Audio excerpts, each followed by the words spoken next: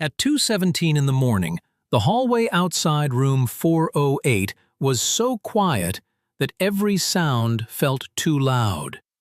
The squeak of a nurse's shoes, the low hum of the vending machine, the soft, uneven breathing of a woman who had just been told she might not live to see the end of the month.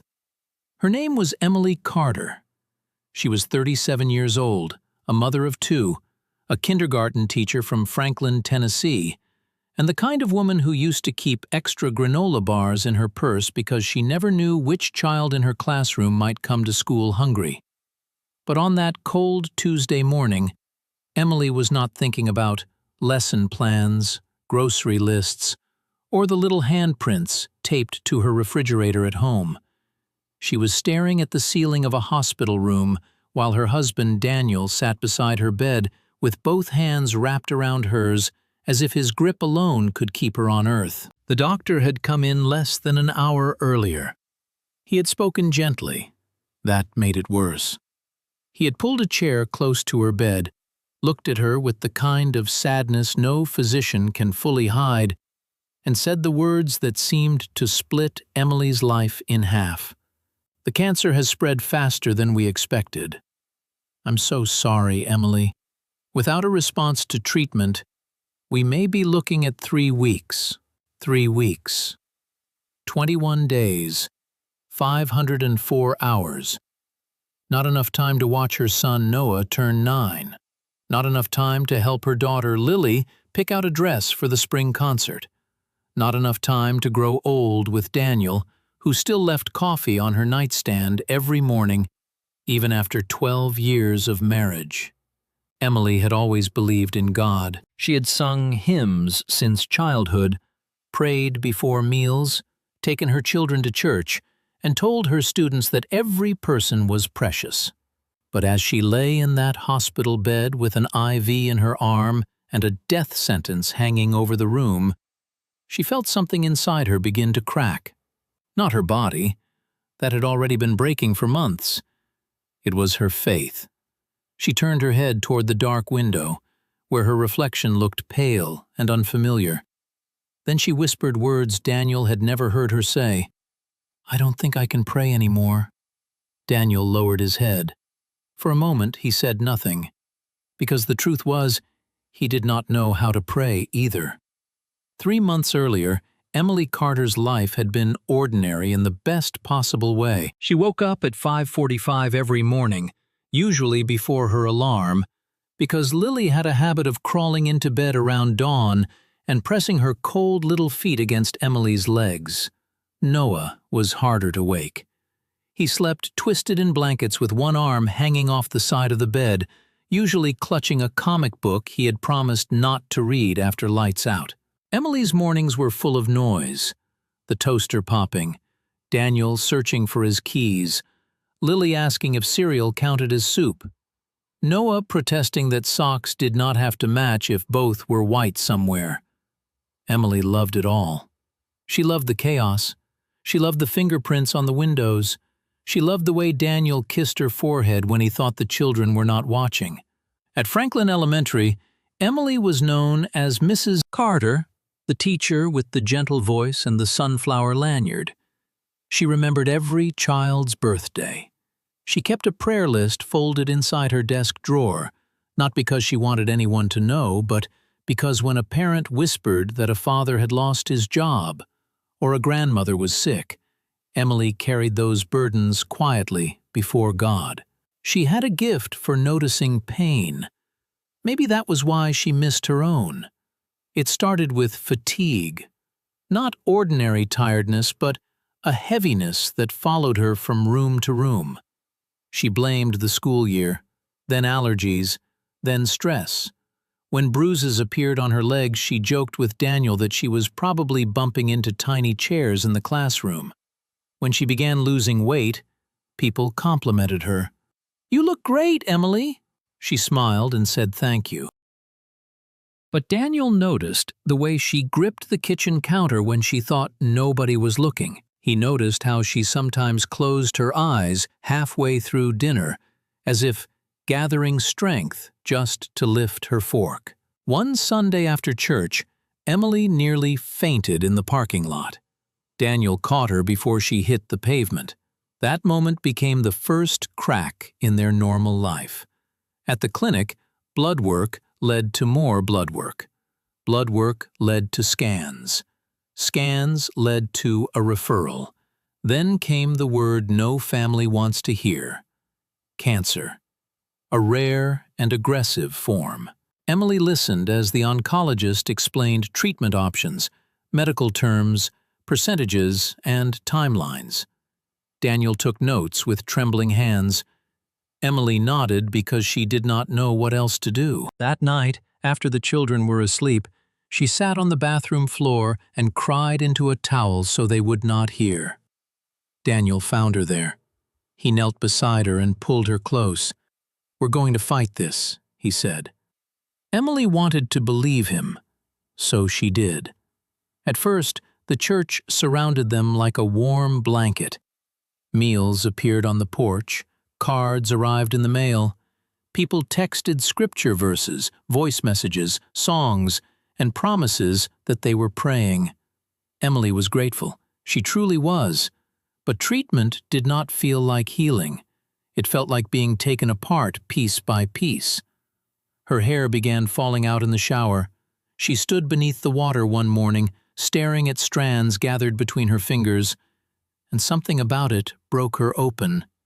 Lily knocked on the bathroom door. "Mommy, are you okay?"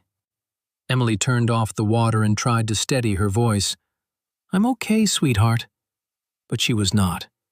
That afternoon, Daniel shaved her head on the back porch while birds sang in the maple tree overhead. Noah sat on the steps, pretending to read, but Emily could see tears sliding down his cheeks. She smiled at him. "Hey, buddy, I'm still me." Noah nodded, but he did not smile back. For weeks, Emily fought. She endured nausea, weakness, mouth sores, fevers, and nights when pain crawled through her bones like fire. Still, there were good moments. Lily decorated Emily's headscarves with little pins shaped like butterflies. Noah made a chart on the refrigerator titled Mom's Victory Calendar, and every treatment day he drew a star. Daniel slept in chairs, cooked meals nobody wanted to eat, answered insurance calls, and whispered prayers in the garage where the children could not hear him fall apart. Emily tried to stay strong for everyone. That was what she had always done. But strength is not the same as peace, and Emily was running out of both. One evening in late February, Pastor James stopped by with his wife Angela. They brought chicken soup, though Emily could barely tolerate the smell of food. Pastor James was in his 60s, with silver hair and kind eyes that had seen enough hospital rooms to know when not to offer easy answers.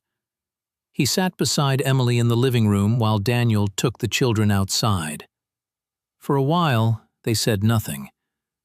Then Emily looked at him and asked the question that had been growing inside her for weeks. "Pastor, did I do something wrong?" His face changed. "No, Emily. But why is this happening? I've prayed. Daniel has prayed. The whole church has prayed. I've tried to trust God. I've tried so hard." Pastor James leaned forward. "Faith is not pretending you are not afraid. Sometimes faith is crying out to God from the middle of the fear." Emily looked down at her hands. They seemed thinner than before. "I don't want my children to remember me sick." His eyes filled with tears. "Then let them remember you honest. Let them remember you loved them enough not to hide your heart." Emily wanted that to comfort her. Part of it did, but another part of her felt angry. Not at Pastor James, at heaven, at silence, at the way people kept saying God had a plan when all she could see was her children growing up without a mother. That night, she opened her Bible for the first time in days. She turned pages without knowing what she was searching for. Then she closed it. "I'm sorry, Lord," she whispered. "I don't know where you are." The next morning her fever spiked. By noon, Daniel was driving her to the hospital. By evening, she was admitted. By midnight, doctors were discussing complications in voices they tried to keep low. The cancer had advanced. Her body was not responding. The treatment that was supposed to slow the disease had failed. And then came the conversation in room 408. 3 weeks. When Daniel called Emily's mother, he had to step into the hallway because he could not speak without crying. Her mother, Ruth, arrived before sunrise, still wearing the cardigan she must have thrown on in panic. Ruth was a woman of deep faith, the kind who prayed while washing dishes and hummed hymns in grocery store aisles. She had raised Emily alone after Emily's father left when she was 11. When Ruth walked into the hospital room and saw her daughter lying there, she pressed one hand to her mouth. Emily forced a smile. "Hi, Mama." Ruth came to the bed and kissed her forehead. "My baby." Those 2 words were enough. Emily began to cry. Not quietly, not politely. She cried like a little girl who had held herself together too long. Ruth climbed carefully onto the edge of the bed and wrapped her arms around her daughter. "I'm scared," Emily sobbed. "I know." "I don't want to die." "I know." "What about Daniel? What about the kids?" Ruth closed her eyes and rocked her gently. "We are going to trust God one breath at a time." Emily pulled back. "What if I don't have that kind of faith?" Ruth looked at her with a tenderness that carried years of storms. "Then let us have faith for you, until yours can stand again." For the next 2 days, room 408 became a place of sorrow and love. Friends came in small groups. Some prayed, some cried. Some simply sat beside Emily and held her hand. Her principal came with a box of letters from her students. Daniel read them aloud when Emily had enough strength to listen. "Dear Mrs. Carter, I miss you. I am trying to be kind like you said. Dear Mrs. Carter, I prayed for you with my grandma. Dear Mrs. Carter, when you come back, I saved you the purple marker." Emily laughed through tears at that one. When Noah and Lily came to visit, Daniel had prepared them as gently as he could. But no preparation can make children ready to see their mother disappearing beneath hospital blankets. Lily climbed into the bed and curled against Emily's side. "Are you coming home soon?" The question pierced everyone in the room. Emily stroked her daughter's hair. "I want to, baby." Noah stood near the door, stiff and pale. Emily reached out her hand. "Come here, sweetheart." He shook his head. "I don't like hospitals." "I know. I don't like this." "Me neither." His chin trembled. "You said God hears us." Emily swallowed hard. "Yes." "Then why isn't he fixing you?" No one moved. Daniel looked away. Ruth closed her eyes. Emily felt the full weight of her son's question settle on her chest. She wanted to give him the answer every Christian mother wants to give. She wanted to say, healing was coming. She wanted to say everything would be fine. But the monitors beeped beside her, and her body ached, and the doctor's words still echoed in her mind. 3 weeks. So she told the truth. "I don't know, Noah." His face crumpled. Emily opened her arms, and this time he came to her. He buried his face against her shoulder and cried. "I'm mad at God," he whispered. Emily held him as tightly as her weak arms allowed. "Then tell him," she whispered back. "He can handle it." Later that night, after the children left, Emily stared at the ceiling again. Something about Noah's anger had awakened her own. Not the loud kind, the tired kind, the kind that no longer had energy to argue. She turned her head toward Daniel. "Do you think God is disappointed in me?" Daniel looked exhausted. His beard had grown in unevenly. His eyes were red. "No, I used to tell people to trust him." "You still do?" "No, I don't. I'm barely hanging on." Daniel leaned closer. "Maybe that is trust, Em." She closed her eyes. "I don't feel brave." "You don't have to be brave for me." "But I've spent my whole life trying to be strong." "I know." His voice broke. "And I love you. But I don't need strong Emily. I need you, however you are." For the first time in days, Emily let herself stop performing hope. She let Daniel see the fear. She let him see the doubt.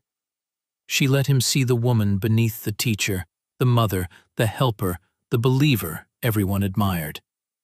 And somehow, in that terrible honesty, a small quiet entered the room. Not peace, exactly, but something close enough to notice. The next morning, a woman named Grace arrived. Emily had not seen Grace Whitaker in almost 15 years. They had grown up in the same church youth group. As teenagers, they had promised to stay best friends forever. But life had scattered them in different directions. Grace moved to Atlanta, married young, lost a baby, divorced, and disappeared from most people's lives except through occasional Christmas cards. When Emily saw her standing in the doorway, she blinked in surprise. Grace looked older, but not in a bad way. Her face carried grief, but also a steadiness Emily recognized immediately. "Grace?" Grace smiled softly. "Hey, Em." Ruth had called her. Emily found that out later. At first, they talked about small things because big things were too heavy. They talked about weather, children, old church potlucks, and the time Emily had accidentally sung the wrong verse during a Christmas program. Then silence came. Grace moved closer. "I heard what the doctor said." Emily looked down. Everybody heard. "I'm sorry." Emily nodded. Grace sat beside the bed. "I'm not here to tell you I understand. I don't. But I do know what it feels like when God does not answer the way you begged him to." Emily looked at her. Grace's eyes filled, but her voice stayed steady. "When I lost my daughter, people said things that were meant to help. Some did, some didn't. But one night, I screamed at God until my throat hurt. And when I had nothing left to say, I felt this strange thought in my heart." "What thought?" "That God had not left the room just because I could not feel him." Emily closed her eyes. Grace reached into her purse and pulled out a small, worn prayer journal. "I brought this for you." Emily shook her head. "I can't write." "You don't have to. I wrote something in the first page." After Grace left, Emily opened the journal. On the first page, in blue ink, Grace had written, "When you cannot pray, breathe his name." Emily stared at the sentence for a long time. That evening, pain came hard. It began in her back, then spread through her ribs until she could not speak. Nurses moved quickly. Daniel stood helplessly near the wall while medication was adjusted. Emily gripped the bed rail. In the middle of that pain, she remembered Grace's words, "When you cannot pray, breathe his name." She did not have strength for a full prayer. She did not have strength for faith that sounded beautiful. She barely had strength for breath, so she whispered one word, "Jesus." Another wave of pain rolled through her. She whispered it again, "Jesus." Not as a sermon, not as a performance, not even as a declaration. It was a reaching, a drowning woman lifting one hand above the water. Daniel heard her and came close. He bent over her bed, tears falling freely now. "Jesus," he whispered with her. Ruth joined from the chair by the window. Jesus. For several minutes, the only prayer in room 408 was one name spoken by broken people. Then Emily fell asleep. Just before dawn, she woke suddenly. The room was dim. Daniel was asleep in the chair, one hand still resting on the blanket near her leg. Ruth slept curled under a thin hospital blanket. Machines blinked softly around them. Emily did not know why she had awakened. Then she heard it. Not an audible voice, not something anyone else in the room could have recorded. But deep inside, clearer than thought, gentler than imagination, she sensed 4 words.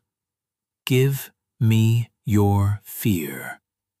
Her eyes opened wide. She waited. Nothing else came. Only those words. Give me your fear. Emily's first response was resistance. Her fear felt too important to release. It was tied to her children's faces. It was tied to Daniel's future. It was tied to unfinished birthdays, unmade lunches, bedtime prayers, report cards, graduations, weddings, grandchildren she might never hold. Fear felt like love trying to protect what mattered. How could she give that away? She turned her head and looked at Daniel. He looked so tired. Then she looked at her mother. Then the little pile of student letters on the table. Emily's throat tightened. Lord, she whispered, barely moving her lips. I don't know how. A tear slipped down into her ear. But I want to. That was all. No lightning, no music, no immediate healing.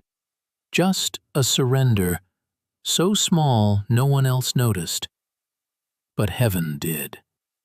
By morning, Emily seemed different. Not healthy, not suddenly strong, but different. When Pastor James came by, he saw it before anyone told him. He stood at the foot of her bed and smiled faintly. You look like you slept. I did. That's good. Emily looked toward the window. Pale sunlight filtered through the blinds. I had a moment last night. Pastor James waited. I think God asked me to give him my fear. Daniel looked at her. Ruth sat up straighter. Emily continued, I don't know what that means for my body. I don't know if I'll live. I don't know what happens next. But I realized something. Her voice trembled. I have been asking God to heal me, but I have also been holding on to my fear like it was the only thing keeping my family safe. Pastor James nodded slowly. That is a holy realization. I'm still afraid. Of course you are. But maybe fear doesn't get the final word. For the first time since the diagnosis, Daniel saw something in Emily's eyes that looked like the woman he married. Not because she had certainty, because she had surrendered certainty. That afternoon, Emily asked Daniel to bring the children back. When Noah and Lily arrived, they seemed nervous. Lily carried a stuffed rabbit. Noah had his hands buried in his hoodie pocket. Emily asked Daniel to help her sit up. It took effort. Her face went pale, but she insisted. I need to tell you something, she said. Lily's eyes widened. Are you better? Emily took her daughter's hand. I am still very sick. Noah looked at the floor. But last night, I remembered something. God is with us even when we are scared, and I want us to talk to him honestly. Noah's jaw tightened. I already told him I'm mad. Emily nodded. That's okay. It didn't change anything. Maybe not yet. He looked up, frustrated. What if it never does? Emily's eyes filled. Then we will still not go through this alone. Noah turned away. For a second, Emily thought he would leave. Instead, he pulled something from his hoodie pocket. It was the victory calendar from the refrigerator, folded into uneven squares. "I brought it," he muttered. Emily stared at it. Noah unfolded the paper carefully. The stars he had drawn for her treatment days filled the top half. The bottom half was blank. "I didn't know what to put now," he said. Emily reached for him. He came close. With trembling hands, she took the marker Daniel found in Lily's backpack and drew a small cross on the next empty square. "Then we mark today," Emily said. "What does it mean?" Lily asked. Emily smiled through tears. "It means God was with us today." Noah studied the little cross. Then he took the marker from her hand and drew another one on the next square. "For tomorrow," he said quietly. Something in the room shifted. No one said miracle. No one dared. But hope had entered quietly, like sunlight through a cracked door. Over the next 2 days, Emily remained weak, but her fever lowered. Her blood pressure stabilized. She was able to eat a few spoonfuls of broth. The nurses seemed cautiously pleased. Daniel noticed every small improvement: a longer conversation, a deeper breath, a little color returning to her face. But the doctors remained careful. Cancer could be unpredictable. Temporary improvements happened. Families often mistook them for turning points. Dr. Harris, Emily's oncologist, ordered another round of tests to evaluate what was happening. He made no promises. He used measured words. He told Daniel they needed to be realistic. Realistic. Daniel hated that word. Still, he nodded. That night, Emily slept better than she had in weeks. Daniel did not. He walked to the hospital chapel just after midnight. It was small, with wooden chairs, a cross on the wall, and a box of tissues on a side table. Someone had left a Bible open near the front. Daniel sat in the back row. For several minutes he said nothing. Then he leaned forward, elbows on his knees. "God, I don't know how to do this." His voice echoed softly. "I'm trying to be strong for her. I'm trying to be strong for the kids. I'm trying to believe. But I am so angry." He pressed his hands together. "She is the best person I know. She loves you. She loves people. Why her?" Silence. Daniel wiped his face. Then he said the thing he had not told anyone. "If you take her, I don't know if I'll be okay." The chapel remained still. Daniel wanted an answer.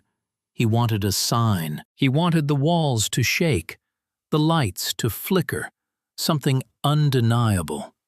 Instead, the door opened behind him.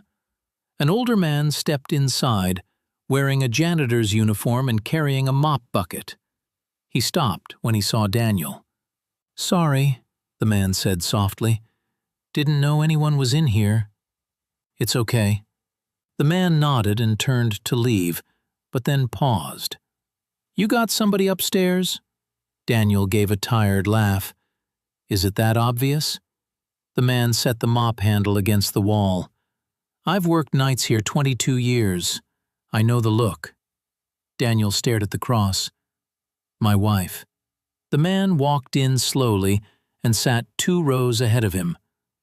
"What's her name?" "Emily." "I'll pray for Emily." "Thank you." The man looked back at him. "And for you." Daniel's throat tightened. The janitor's name was Marcus. He told Daniel he had lost his own wife 8 years earlier after a long illness. He did not offer easy comfort. He did not say everything would work out. He simply said, "God met me in the valley. Not before it, in it." Daniel listened. Marcus continued, "I used to think faith meant I would never feel broken. Now I think faith is bringing the broken pieces to God and trusting He knows what to do with them." Daniel lowered his head. "I don't want broken pieces. Nobody does. I want my wife." Marcus nodded. "Then ask Him. Ask boldly. But don't stop there. Ask him to hold you while you wait." Daniel's chest shook as he breathed in. For the first time since Emily's diagnosis, he prayed without trying to sound brave. He begged. He wept. He surrendered. And Marcus, a stranger with tired eyes and a janitor's uniform, prayed beside him like a brother. Upstairs, at almost the same moment, Emily woke from a dream. In the dream, she had been standing in a field behind her childhood home. The grass was tall, and the sky was bright after rain. She heard children laughing somewhere beyond the trees. Then she saw a door. It stood alone in the field, plain white wood, no house attached to it. Emily walked toward it, but before she reached the handle, she heard a voice behind her. "Not yet." She turned. No one was there. When she woke, her heart was beating fast. Ruth stirred in the chair. "Emily?" "I'm okay." But Emily was not sure she was. Not yet. The next morning, Dr. Harris came in with a folder in his hand. Daniel was back from the chapel, though Emily noticed his eyes looked swollen. Ruth stood near the window. Pastor James had just arrived with coffee nobody had touched. Dr. Harris greeted everyone quietly. Then he looked at Emily. "I want to discuss your latest labs." The room tightened. Emily reached for Daniel's hand. Dr. Harris opened the folder. "Some of your numbers have improved." Daniel sat forward. "What does that mean?" "It means her body is showing signs of stabilization." Ruth whispered, "Thank you, Lord." Dr. Harris lifted a hand gently. "I need to be careful here. This does not mean the cancer is gone. It does not mean we are out of danger. But it is unexpected." Emily watched his face. Doctors were trained not to show too much, but she saw it. Confusion, maybe even wonder. "What happens now?" Emily asked. "I want to run additional imaging. We need to see whether this improvement matches what's happening internally." "When?" "Today, if possible." For the rest of the morning, the room filled with a fragile tension. Hope can be almost as frightening as despair when you are afraid to trust it. Daniel called Grace. Ruth called the prayer chain. Pastor James sat quietly, occasionally praying under his breath. Emily kept thinking about the dream. A door in a field. A voice saying, "Not yet." She did not tell anyone, not because she was hiding it, because she was afraid to place too much weight on something she did not understand. That afternoon, nurses came to take Emily for scans. As they wheeled her down the hallway, she passed rooms full of other people fighting unseen battles. A man sleeping with his mouth open while his daughter held his hand. A woman in a headscarf watching a game show with no sound. A little boy in pajamas being pushed in a wheelchair, clutching a dinosaur. Emily felt something rise in her heart. Not fear this time. Compassion. For weeks, her suffering had narrowed the world until all she could see was her own pain. But now, moving through those hospital corridors, she realized pain was everywhere.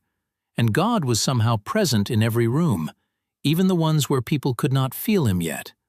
Inside the imaging room, the technician helped her onto the table. The air was cold. The machine loomed above her. Emily closed her eyes. Fear tried to return. What if the labs meant nothing? What if the scan showed the cancer spreading even more? What if hope had only come to make the fall hurt worse? Her hands trembled. Then she breathed the name again. Jesus. The scan began. Time stretched. When it was over, she was taken back to room 408. The waiting became unbearable. Hours passed. Daniel paced. Ruth prayed silently. Emily drifted in and out of sleep. At 6:43 that evening, Dr. Harris returned. This time, he was not alone. Another doctor stood with him, a radiologist Emily had met only once. Dr. Harris closed the door behind them. Daniel stopped pacing. Ruth stood. Emily's pulse thundered in her ears. Dr. Harris looked at the folder, then at Emily, then back at the folder again. "I want to be very clear," he said slowly. "We repeated the imaging because your lab results did not match the progression we expected." No one breathed, he continued. "The scans show a significant change." Daniel gripped the foot of the bed. "What kind of change?" Dr. Harris hesitated. Emily would remember that hesitation for the rest of her life. The doctor who had told her she had 3 weeks to live now looked as if he could not explain what he was seeing. Finally he said, "Several of the lesions appear markedly reduced." Ruth gasped. Pastor James covered his mouth. Emily stared at the doctor. "What does that mean?" The radiologist stepped forward. "It means the disease burden appears much lower than on your previous scan." Daniel's voice shook. "Are you saying the cancer is shrinking?" Dr. Harris spoke carefully. "That is what the images suggest." Ruth began to weep. Daniel looked at Emily as if afraid to move. Emily could not speak. For weeks she had imagined this moment. But in her imagination she shouted, cried, praised, laughed. In reality, she lay completely still, because hope this large felt impossible to hold. Dr. Harris said they needed more tests. They needed confirmation. They needed to rule out errors. He made it clear they were not declaring a cure. But even his caution could not erase what had entered the room. Something had changed. After the doctors left, no one spoke for several seconds. Then Daniel broke. He came to Emily's side, buried his face in her blanket, and sobbed. Ruth lifted both hands and whispered, "Thank you, Jesus. Thank you, Jesus." Pastor James cried openly. Emily stared at the ceiling. Then she began to laugh, softly at first, then through tears, then with a joy that hurt her ribs. Lily would later ask why everyone cried if the news was good. Noah would later add another cross to the calendar and press so hard with the marker that it bled through the paper. But that evening, before celebration could fully bloom, Emily felt a sudden pain in her chest, sharp, deep, different. Her laughter stopped. Daniel lifted his head. "Em?" Emily's hand moved to her chest. The monitor beside her began to beep faster. Ruth's smile vanished. Pastor James stepped toward the door. Emily tried to breathe, but the air would not come right. Daniel shouted for a nurse. Within seconds, the room filled with movement. A nurse pressed buttons. Another called for the doctor. Daniel was pushed gently but firmly back. Emily saw his face through the blur of bodies, terrified. "Stay with me," he pleaded. She wanted to answer. She wanted to tell him she was still there, but her vision darkened at the edges. The last thing Emily heard before the room slipped away was her mother crying out the name she had learned to breathe in the dark. "Jesus!" The room disappeared before Emily could form another thought. One moment, she was looking at Daniel's face through the blur of nurses and flashing monitor lights. And the next, she was somewhere between sound and silence, between fear and surrender, between holding on and letting go. She could still hear voices, but they sounded far away. "Emily, can you hear me?" "Page Dr. Harris." "Get oxygen." "Daniel, I need you to step back." Then even those voices faded. For a strange and weightless moment, Emily felt no pain, no burning in her bones, no pressure in her chest, no cold hospital sheet against her skin. Only stillness. And in that stillness, she remembered the field from her dream. The tall grass, the clean sky after rain, the white door standing alone. This time she was closer to it. so close she could see the grain in the wood, so close she could reach for the handle. Beyond the door, she heard laughter, children laughing, a sound so beautiful it made her heart ache. She thought of Noah. She thought of Lily. She thought of Daniel sleeping in hard hospital chairs, pretending he was not afraid. She reached for the door. Then the same voice came again. Gentle, firm, full of a love that made every other love seem like a candle beside the sun. Not yet. Emily froze. She wanted to ask why. She wanted to ask how long. She wanted to ask whether she would live or die. But before she could speak, another sound broke through, not from beyond the door, from somewhere behind her. "Jesus!" Her mother's voice, raw with fear, full of faith. Then Daniel's voice joined it. "Jesus, please!" The field began to fade. The door blurred. Pain returned like a wave crashing over her body. Emily gasped. Her eyes flew open. A mask covered her nose and mouth. Nurses leaned over her. Dr. Harris stood beside the bed, giving instructions in a calm voice that could not fully hide urgency. Daniel was against the wall, both hands pressed to his face. Ruth stood near him, trembling, whispering prayers under her breath. Emily tried to lift her hand. Daniel saw it. "Emily?" A nurse glanced back. "You can come close, but stay on this side." Daniel rushed to her. Emily's fingers found his. She squeezed weakly. He broke down immediately. "I'm here," he said. "I'm here. I'm not going anywhere." Dr. Harris explained later that a blood clot had traveled to her lung. It could have killed her. In her condition, it should have been worse, but somehow they caught it quickly enough. Medication was started, oxygen helped, the crisis began to settle. Still, the setback shook everyone. The scan had shown improvement, but Emily's body remained fragile. The miracle, if that was what it was, had not placed her beyond danger. She was still in the valley. She was still fighting. That night, no one celebrated. Daniel sat beside her bed, pale and silent. Ruth held her Bible open, but did not read. Pastor James had gone home to rest, though he promised to return early. Emily stared toward the window. The reflection looking back at her was thin, tired, and alive. Alive. The word felt holy. Daniel finally spoke. "I thought I lost you." Emily turned her head. "I heard you." His eyes filled. "You did?" "And Mama." Ruth looked up. Emily swallowed carefully. "I saw the door again." Neither of them moved. Daniel leaned forward. "What door?" Emily told them about the field, the white door, the laughter, and the voice that said, "Not yet." When she finished, Ruth pressed her hand to her mouth. Daniel looked shaken. "Do you think it means you're going to live?" Emily looked at him for a long moment. "I don't know." His face fell slightly. She squeezed his hand.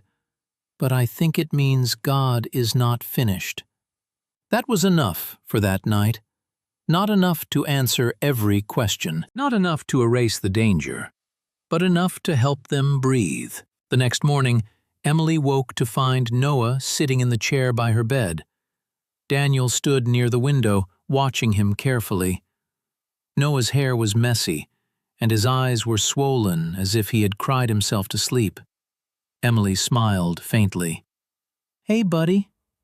He did not smile back. "Dad said you almost died again." Daniel closed his eyes. Emily looked at him, then back at Noah. "Yes." Noah's hands tightened around the folded victory calendar. "I thought God was helping." "He is." "Then why did that happen?" Emily had no easy answer. She was tired of easy answers, so she told her son the truth again. "I don't know why he allowed that moment, but I know he helped me through it." Noah's face twisted with anger and grief. That's what adults say when they don't know anything. Daniel started to speak, but Emily lifted a hand. Noah was crying now. I prayed last night, he said. I prayed harder than I ever prayed.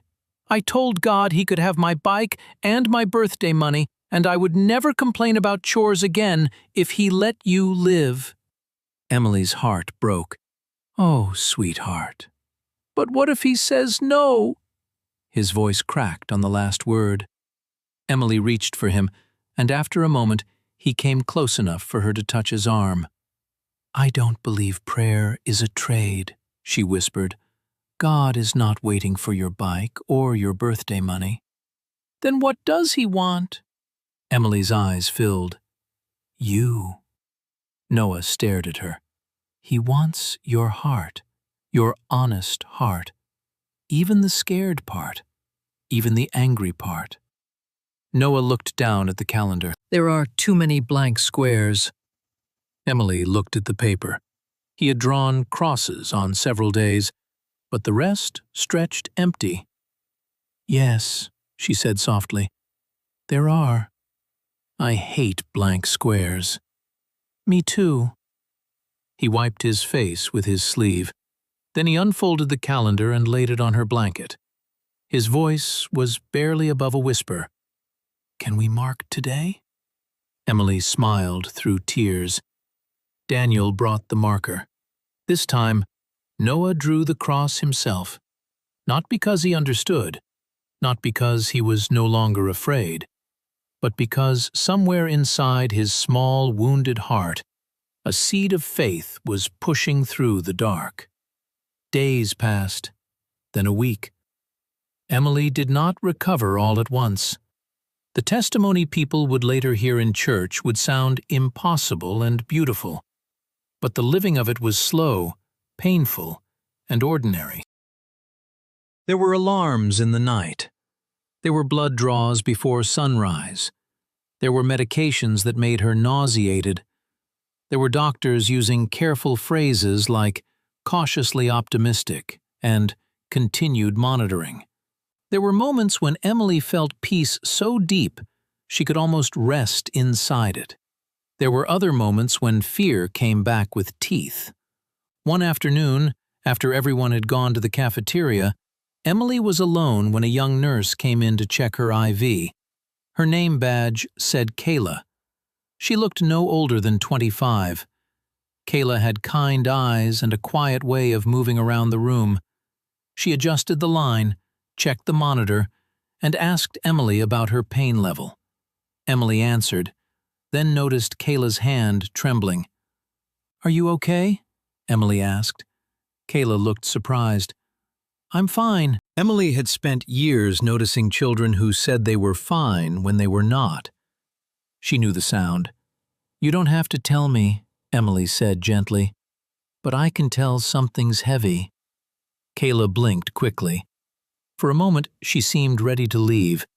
Instead, she looked toward the door and lowered her voice.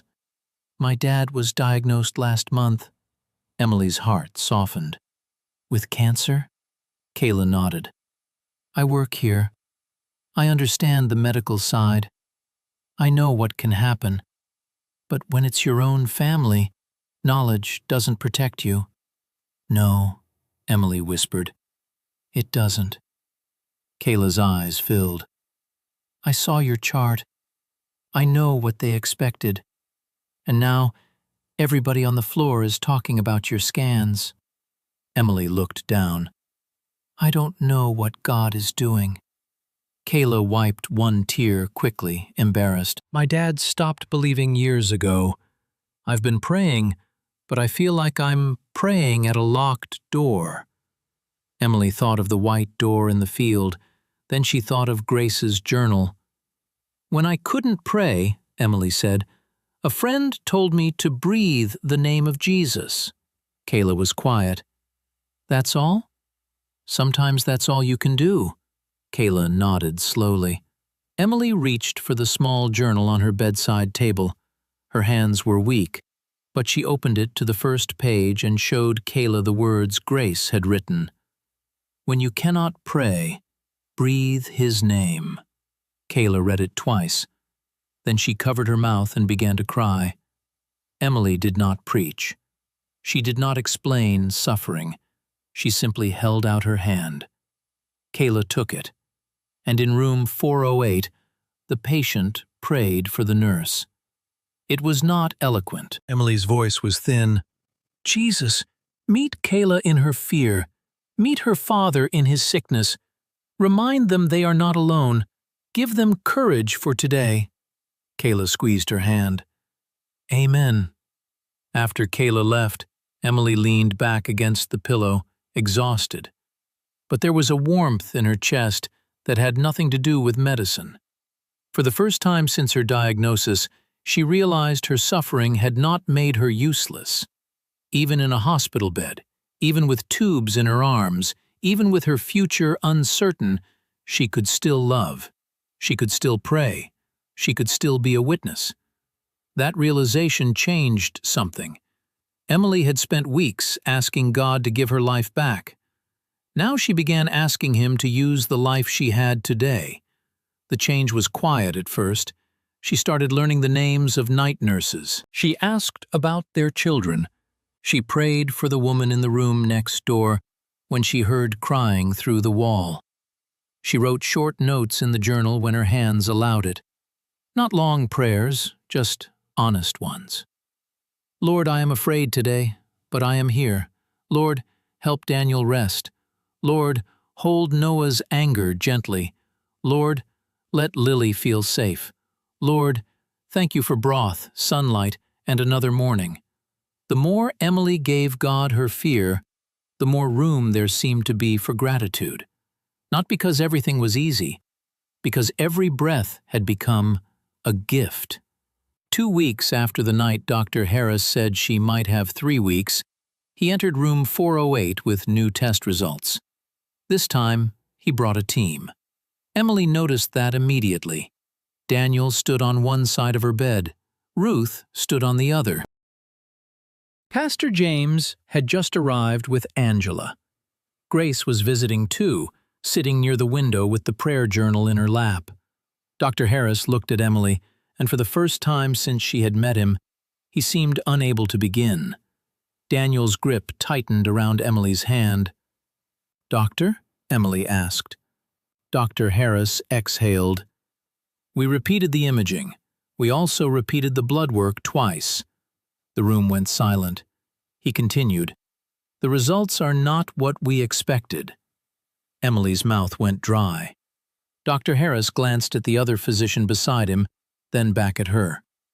"The lesions have continued to shrink, significantly."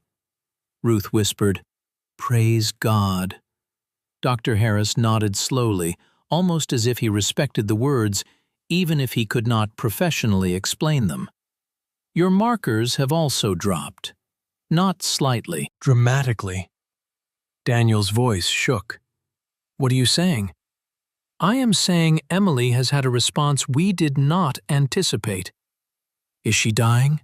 The question came out raw. Dr. Harris looked at him with compassion. "Not the way we feared 2 weeks ago." Daniel covered his mouth. Emily closed her eyes. Dr. Harris continued, careful as ever. "I cannot call this a cure. We will need continued treatment, close follow-up, and more testing. But given where we were, this is extraordinary." Grace began to cry. Angela put an arm around Ruth. Pastor James bowed his head. Emily opened her eyes and looked at Dr. Harris. "Do you know why?" He held her gaze. "Medically, I can describe what changed. I cannot fully explain why it changed when it did." Then he said something Emily would carry for years. "I have been a doctor a long time. I have learned to be humble in rooms like this." No one shouted, not at first. The room was too full of awe. Daniel leaned over Emily and pressed his forehead to hers. He whispered, "Thank you, God." Emily whispered it too. Not because every question had been answered, not because the road ahead was simple, but because death had been close enough for them to feel its shadow, and somehow light had broken through. 3 days later, Emily was moved out of the critical care unit. The hallway looked different from a wheelchair, brighter, longer, full of life she had not expected to see. Kayla helped push her part of the way, even though she was off shift. When they reached the elevator, Kayla leaned down and whispered, "My dad let me pray with him last night." Emily looked up. "He did?" Kayla nodded, eyes shining. "He said he didn't know if he believed yet, but he wanted to." Emily smiled. "That is a beautiful beginning." Kayla hugged her carefully. The elevator doors opened. As Emily was wheeled inside, she saw Marcus the janitor at the end of the hallway. He lifted one hand.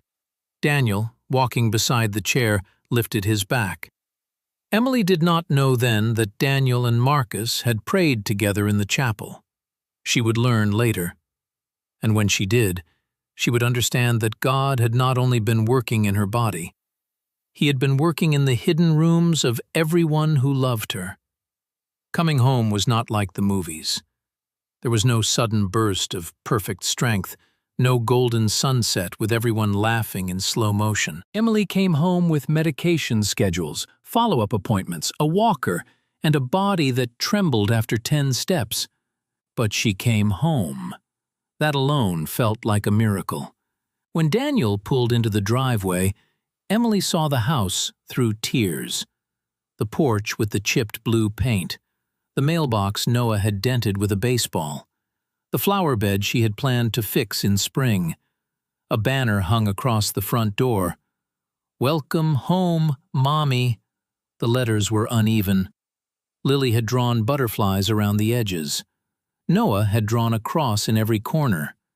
Emily pressed a hand to her mouth. Daniel turned off the car and looked at her. "You ready?" "No," she whispered, laughing through tears. "Yes." He helped her slowly up the walkway. Ruth waited on the porch with Lily bouncing beside her. Noah stood a little behind them, trying to look calm and failing completely. Lily ran first, then stopped suddenly when she remembered she had to be gentle. Emily opened one arm. Lily stepped in carefully and buried her face against her. "You smell like hospital," Lily said. Emily laughed. "I know. I missed you. I missed you too, baby." Noah came next. For a moment, he stood there with his jaw tight. Then he folded into her arms and held on as if he might never let go. Emily closed her eyes. This was what she had begged God for. Not a stage, not applause, not a dramatic story. This. Her son's arms, her daughter's voice, her husband's hand steadying her back, her mother crying on the porch. Inside, the house looked almost the same, but not quite. There were medical supplies on the counter, cards lined the mantel, a casserole sat on the stove, and on the refrigerator, held by 4 mismatched magnets, was the victory calendar. Every square after the diagnosis had been filled, some with stars, some with crosses, some with shaky little hearts drawn by Lily. Emily stood in front of it for a long time. Daniel came beside her. "We kept marking days." Emily touched one of the crosses. "What does this one mean?" "That was the day of the scan." "And this?" "The day you woke up after the clot." Noah pointed to a square near the bottom. "That's the day Dr. Harris said you were not dying like before." Emily looked at him. "Not dying like before," she repeated softly. Noah shrugged. "I didn't know how else to say it." "It's perfect." That night, Emily slept in her own bed. Daniel lay beside her, awake. She could tell by his breathing. "You're not sleeping," she whispered. "Neither are you." She smiled faintly in the dark. "I'm listening." "To what?" "The house." The hum of the refrigerator, the creak of old wood, the soft sound of Lily turning in her bed down the hall. Noah, coughing once in his sleep. Home. Daniel reached for her hand under the blanket. I was afraid this room would become a place I couldn't enter. Emily turned toward him. I'm here. I know. His voice broke. I keep checking. She squeezed his fingers. So do I. For several weeks, life moved slowly. Emily's recovery was not a straight line. Some days she walked from the bedroom to the kitchen and felt triumphant. Other days she could barely sit up without dizziness.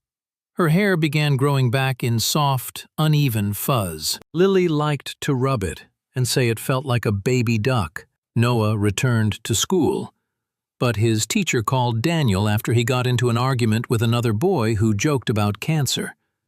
Emily sat with Noah that evening on the couch. I punched him in the arm, Noah admitted. Emily raised her eyebrows. That wasn't okay. I know. Were you scared or angry? He looked at the floor. Both. She nodded. Me too, sometimes. He said people die from cancer. Emily breathed in slowly. Some do. Noah's eyes snapped up. I don't want you to say that. I know, but pretending does not make us safer. He began to cry. Emily pulled him close.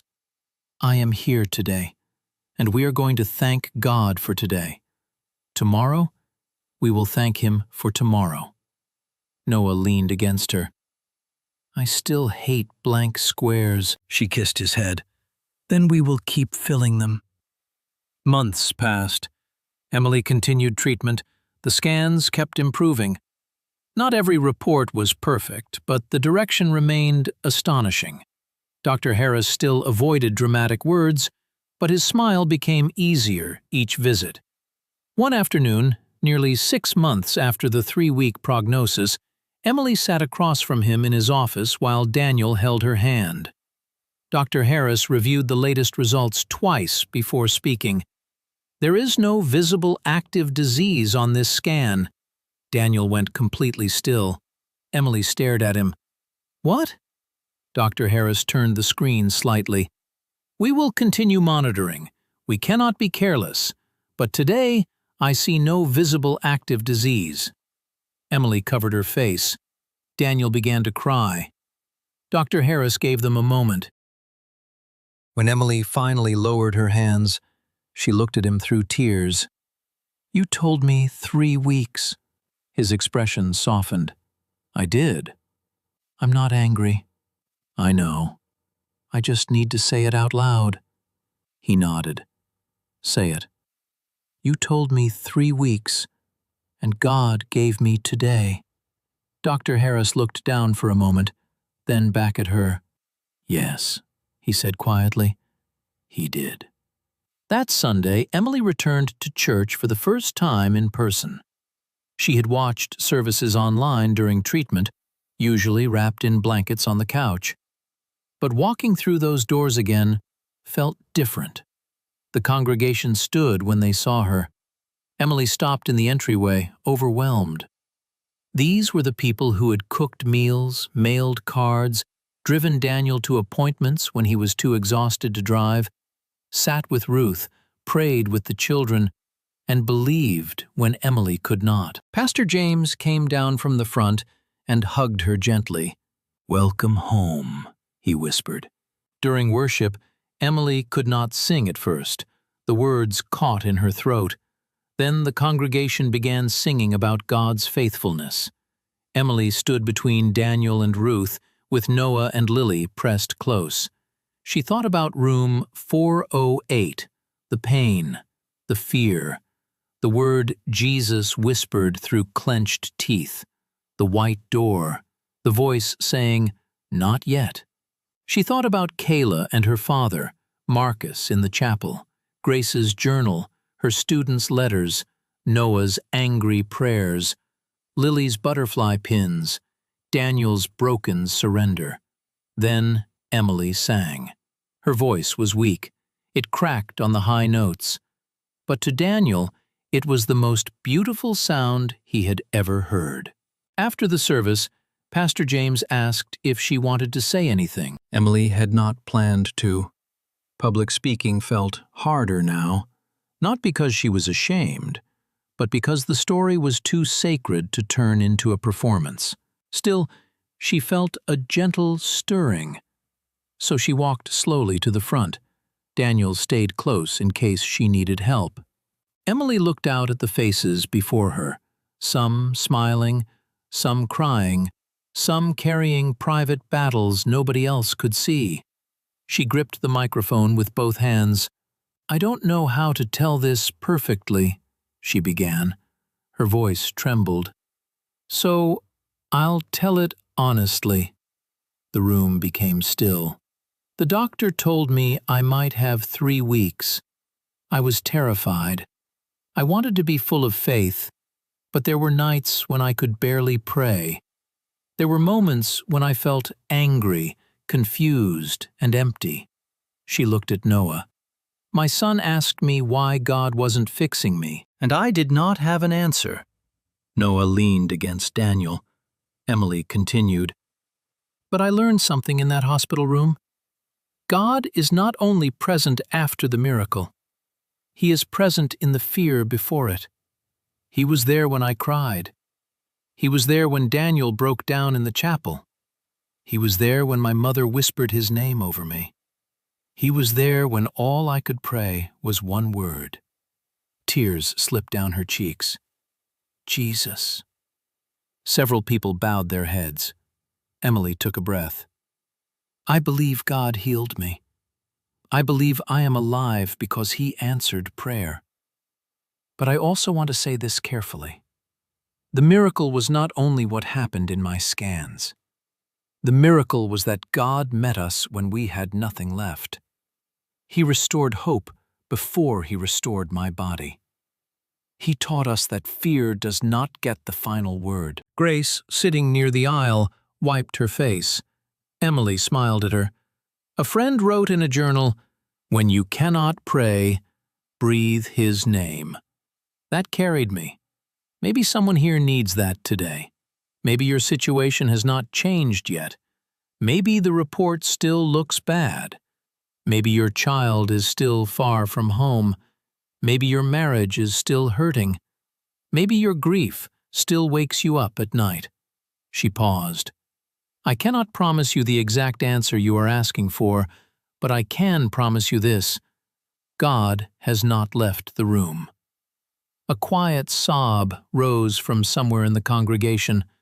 Emily looked down for a moment, then back up. "I thought my testimony would be about surviving cancer, but now I think it is about surrender. I gave God my fear one breath at a time, and He gave me enough grace for the next breath." She turned toward Daniel. He was crying openly. "I'm alive today. I'm grateful today. And whatever comes next, I know I am held." The church erupted in applause, but Emily barely heard it. She was looking at her family: Daniel, Noah, Lily, Ruth, the people God had carried through the valley with her. 1 year later, Emily returned to Franklin Elementary. Not full-time at first, just a short visit. The front office smelled like copier paper and coffee. The hallway walls were covered with student artwork. Somewhere, a child laughed so loudly, a teacher gently reminded them to use walking feet. Emily stood outside her old classroom door and touched the sunflower lanyard around her neck. Her substitute, Mrs. Bennett, opened the door. The children inside looked up. Some remembered her, some were new. But on the back wall, Emily saw something that made her heart stop. A purple marker, taped carefully beside a note, "Saved for Mrs. Carter." Emily laughed and cried at the same time. One little girl raised her hand. "Are you the teacher everybody prayed for?" Emily knelt carefully so she could look her in the eyes. "Yes," she said, "I am." The girl studied her. "Did God make you better?" Emily smiled. "Yes, and he helped me when I was scared." The girl nodded as if this made perfect sense. Then she handed Emily a drawing of a woman with short hair standing under a giant rainbow. Emily looked at the picture. Above the rainbow, in crooked kindergarten letters, the child had written, "God was with her." Emily framed that drawing. It still hangs in her home. Years later, when people asked Emily about the miracle, she always told the truth. She told them about the diagnosis. She told them about the doctor's warning. She told them about the scan that changed. She told them about the blood clot that almost took her after hope had returned. She told them about the door in the field and the voice that said, "Not yet." But she also told them about the smaller miracles. A husband learning to pray honestly. A son discovering that God could handle anger. A daughter learning that love could be gentle and brave. A mother lending faith when her child had none. A nurse finding courage to pray with her father. A janitor becoming a messenger in a hospital chapel. A friend's sentence in a journal becoming a lifeline. And a woman who thought her life was ending, discovering that every breath belonged to God. Emily did not pretend she never felt fear again. Every follow-up scan brought a shadow. Every unexplained ache tried to whisper old terror. But fear no longer owned the house. When it knocked, Emily knew what to do. She breathed the name, Jesus. Sometimes that prayer was full of confidence. Sometimes it was barely more than a whisper. But it was enough. On the second anniversary of the night she was told she had 3 weeks to live, Emily's family gathered around the kitchen table. Daniel had made spaghetti because it was the first meal Emily had truly craved after coming home. Lily wore a yellow dress and had lost both front teeth. Noah was taller now, his face beginning to sharpen toward adolescence, but he still kept the old victory calendar folded inside a shoebox under his bed. After dinner, Ruth brought out a small cake. On top, in blue icing, were the words, "Thank God for today." Emily laughed. Daniel lit 2 candles. "Why 2?" Lily asked. "One for each year since Mom came home," Daniel said. Noah looked at Emily. "And next year we'll use 3. Emily smiled. "Yes, we will." They bowed their heads to pray. For a moment, nobody spoke. Then Noah did. His voice was quieter now, older. "God, thank you for Mom. Thank you for listening when we were scared. Thank you that you didn't get mad when I was mad. Thank you for all the days we got to mark. Amen." Emily wiped her eyes. "Amen." Daniel reached under a stack of napkins and pulled out a folded piece of paper. "What's that?" Emily asked. He smiled. "Something I kept." He unfolded it carefully. The victory calendar. The original one, worn at the creases, covered in stars, crosses, hearts, and smudges. Emily touched the paper like it was a holy thing, because to her it was. It was not proof that life would always be easy. It was proof that God had been faithful day by day, square by square, breath by breath. Daniel pointed to the first cross Emily had drawn in the hospital. "Do you remember what you said this meant?" Emily nodded. "God was with us today." He touched the next one. "And Noah said this one was for tomorrow." Noah looked embarrassed, but he smiled. Emily looked around the table. Her family was not untouched by suffering. None of them were. The valley had changed them, but it had not destroyed them. It had made them softer in some places and stronger in others. It had taught them to say, "I love you," more freely, to forgive faster, to pray honestly, to stop postponing gratitude. After cake, Lily climbed into Emily's lap even though she was getting too big for it. Noah leaned against Daniel. Ruth hummed softly while clearing plates. Outside, rain tapped against the windows. Emily listened to it and thought of the field from her dream. The clean sky after rain, the white door, the voice that had sent her back. Not yet. She did not know how many years God would give her. No one does. But she no longer measured life only in years.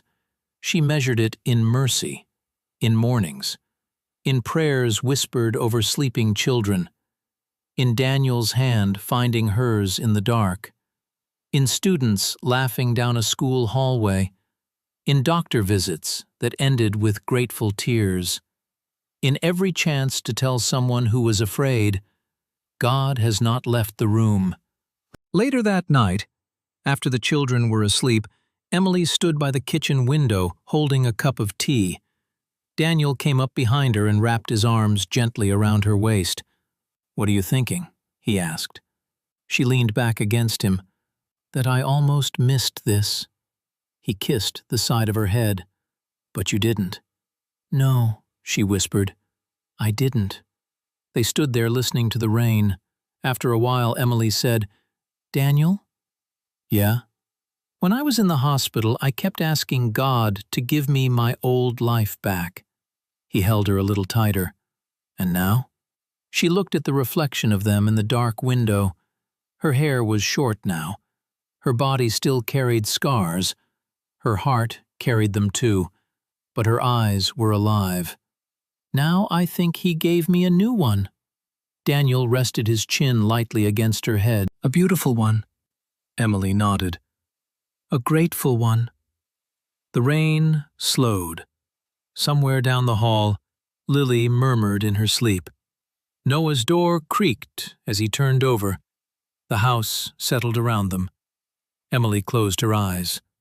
And there, in the quiet kitchen, with no audience and no music, she prayed the same prayer that had carried her through the valley.